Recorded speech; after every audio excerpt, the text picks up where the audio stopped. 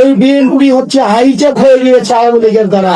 অত্যন্ত দুঃখজনক বিষয়, ওয়াসিম, আবু সাইদ নির্মুগ্ধরা যে কারণে রক্ত দিয়েছিল, বিএনপি ক্ষমতায় এসে সেই জায়গা থেকে তারা পিছিয়ে আসছে।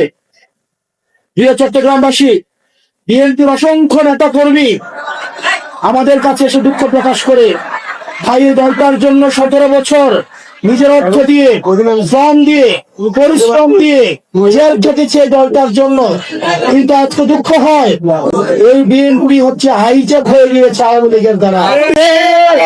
বিএনপি হাইজ্যাক, বিএনপি হাইজ্যাক হয়ে গেছে, যার কারণে আজকে ইসাক ভাই আমাদের সামনে। বিএনপির নেতা কর্মীরা এসে দুঃখ প্রকাশ করে আমরা তাদের জন্য শ্রম দিলাম, আমরা তাদের জন্য এই রক্ত, শ্রম, খাম আমরা কোথায় দিলাম? তাদের লক্ষ লক্ষ নেতা কর্মী যা জুলুম খেটেছে, তারা মামলায় জর্জরিত ছিল।